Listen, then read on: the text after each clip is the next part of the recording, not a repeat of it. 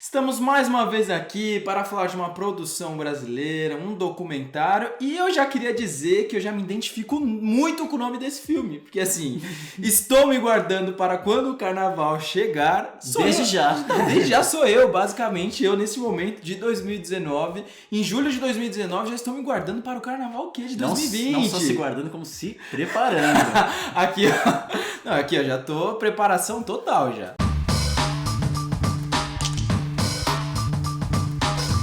Toritama é uma cidade lá do agreste do Pernambuco, sua principal fonte de renda é a confecção de jeans. A cidade ela é totalmente voltada para o trabalho e a única época do ano que aquelas pessoas param para descansar e para se divertir é quando chega o carnaval e elas viajam o quê? Lá pra praia para se divertir, descansar um pouco, nada mais justo, né? É daí o nome do filme. E acho que assim, o grande tchan do filme é que o diretor, o Marcelo Gomes, ele adota um documentário ensaístico, né? Então ele se coloca como mais um dos personagens ali que vai contar essa história.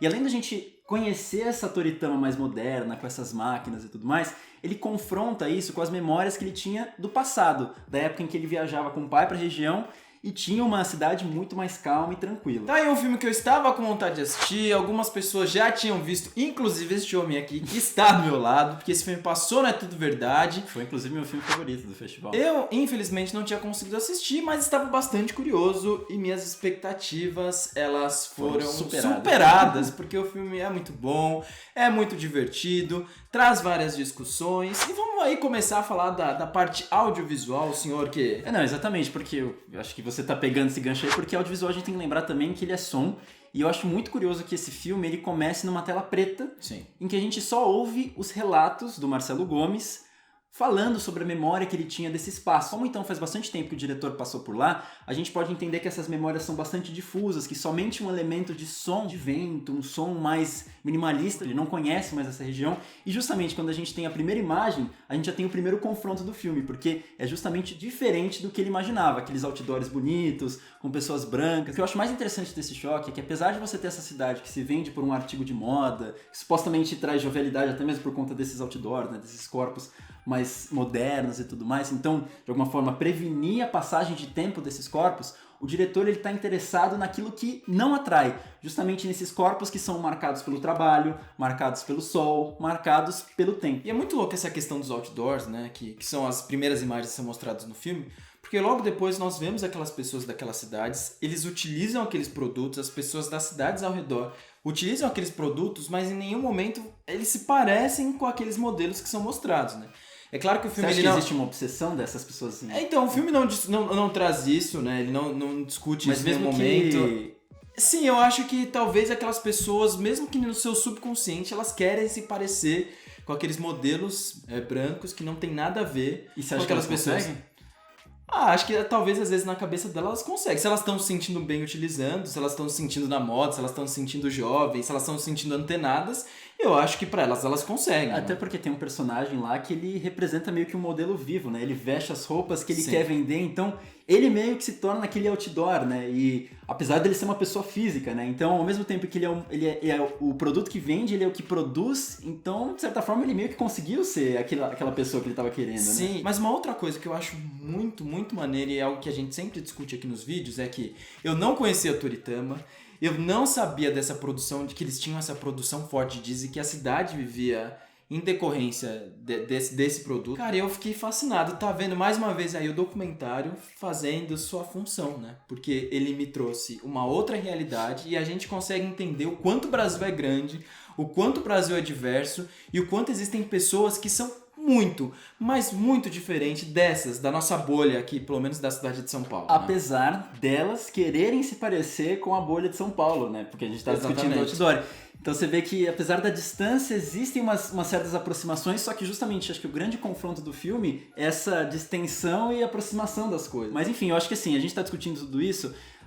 Pra mim, apesar do filme ele falar muito sobre o trabalho, ele é muito mais sobre o tempo. Eu acho que é muito perspicaz a forma como o Marcelo Gomes filma e deixa com que várias cenas se alonguem e que a gente vê o ritmo das máquinas, que a gente vê o ritmo dos trabalhadores, até um ponto em que até mesmo aqueles que não se submetem a essa indústria do jeans acabam sendo regrados pelo tempo do jeans. Então, às vezes, de uma forma mais literal, por exemplo, um bichinho como um gato, uma galinha que está parado em cima de um tecido, só para descansar um minuto, aí a pessoa já vai lá e puxa e o gato tem que sair. Ou até mesmo de uma forma mais poética, a partir de como o Marcelo Gomes monta o filme, né? Quando a gente tem, por exemplo, um senhor que ele prevê o regime de chuvas, ou um outro senhor que é cuidador de rebanhos, que justamente está o quê? Inserido entre duas cenas de jeans. Então a gente tem um respiro, mas logo após a gente volta no jeans. Eu acho que até mesmo se a gente for pensar até do carnaval, né? Porque o carnaval, ele não é justamente o momento que você vai descansar. Ele é um momento entre 365 dias em que você está trabalhando e 365 dias que você vai voltar a trabalhar. Então acho que assim,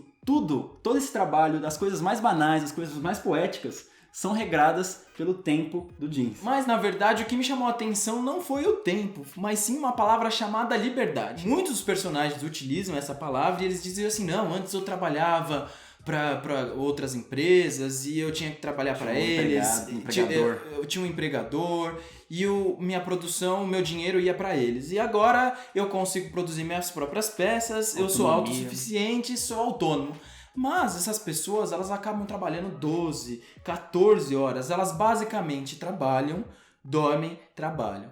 Elas têm que comer em algum momento, né? Então elas comem, dormem e trabalham.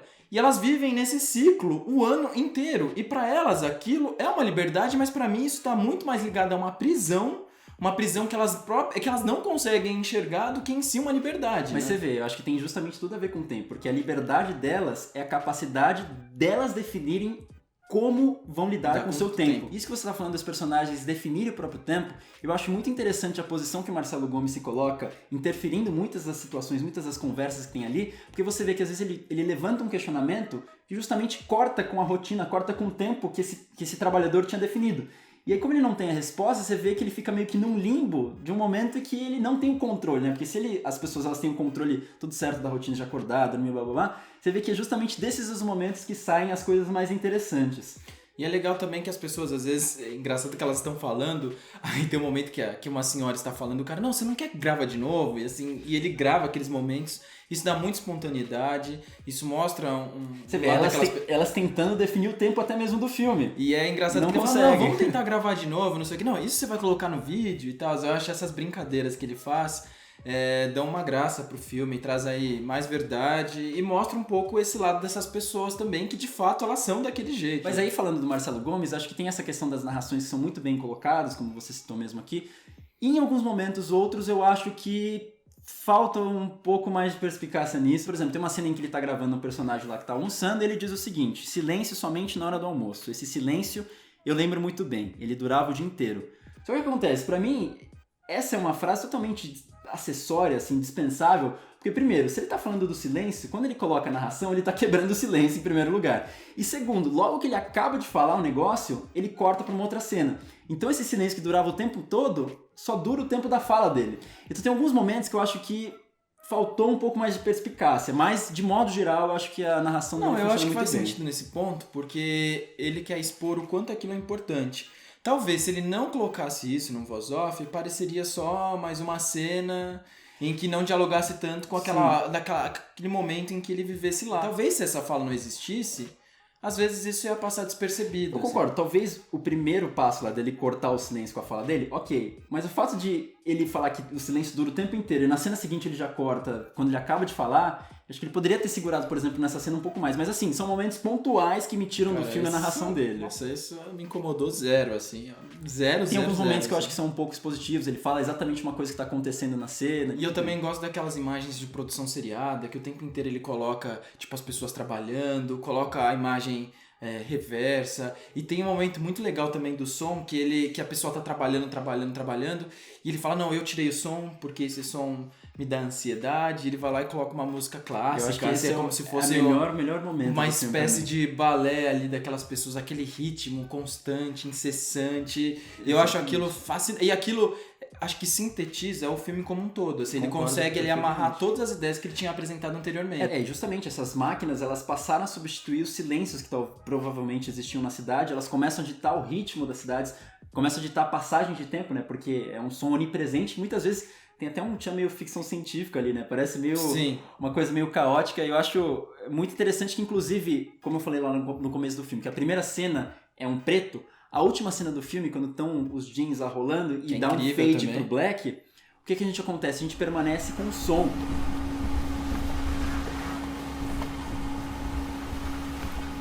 Então é justamente o som que antes era o som do vento, quem substitui o som da natureza é o som das máquinas. Esse é o novo elemento que dita a passagem de tempo. E uma outra coisa que eu acho muito irada também é porque quando chegar a época deles viajarem pro carnaval, dessas pessoas, enfim, descansarem, se divertir, ele faz o quê? Ele dá a câmera para essas próprias pessoas poderem gravar esses momentos que para elas são tão especiais. Então eu acho que pra mim é um outro ponto de virada do filme, assim, Que elas têm o controle também. que elas têm o controle. E as pessoas, elas gravam o que elas fazem no dia a dia delas, os momentos delas se divertindo, os momentos mais especiais. Então nada mais justo elas mesmas gravarem aquilo, assim. Então elas eu acho que elas controlarem o que é importante pra elas. No tempo delas. Então eu acho isso, assim, outro ponto muito assertivo. Bom, e só pra encerrar o vídeo aqui, eu queria, enfim, fazer uma piração, que eu não sei se você teve essas aspirações?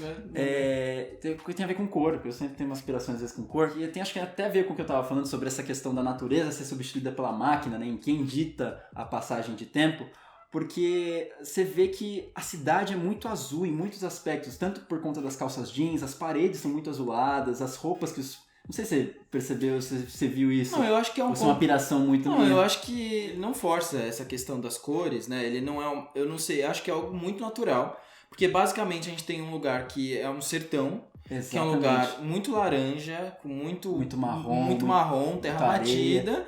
E aí a gente tem essa...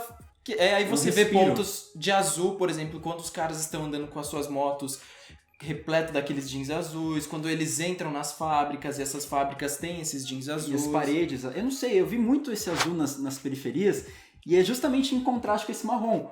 Porque se a gente for pensar nessa ideia da natureza, quem antes era o que trazia o respiro para essa secura, para essa questão mais dura desse marrom, dessa terra? Seria o céu azul, o mar, que é onde eles acham a calma deles. E o que acontece? Quem substitui eles agora? Os jeans. Então o jeans, mais uma vez, substitui a natureza, os elementos ali seriam próprios da região. Eu acho que é um elemento muito inconsciente. Eu acho que ele surgiu assim. Eu acho que ele é só resultado desse processo de transformação da cidade. Mas eu acho que faz sentido, assim, essa questão das cores, mas eu não acho que ela foi algo proposital, estético. É o que eu sempre digo, né? Muitas vezes o diretor ele não pretendeu em fazer tal coisa, mas se a gente, como espectador, consegue achar uma assimilação ali argumentativa que faça sentido, tá valendo. Tá valendo. Então é isso, gente. Eu espero que vocês tenham gostado desse vídeo. E tem uma novidade, né? Esse filme, ele está na seção vitrine, né? Aquele filme... Que não é mais Petrobras. Que não é mais Petrobras, sei lá o que é. Eu sei que é um filme brasileiro por mês, que é a distribuidora Vitrine. Sim, por um preço bem acessível, que dá pra todo mundo ir no cinema assistir.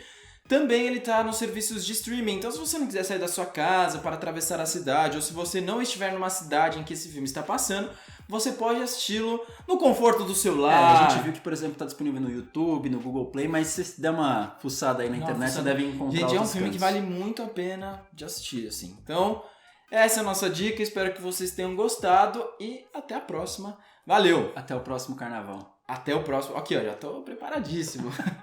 Até mais.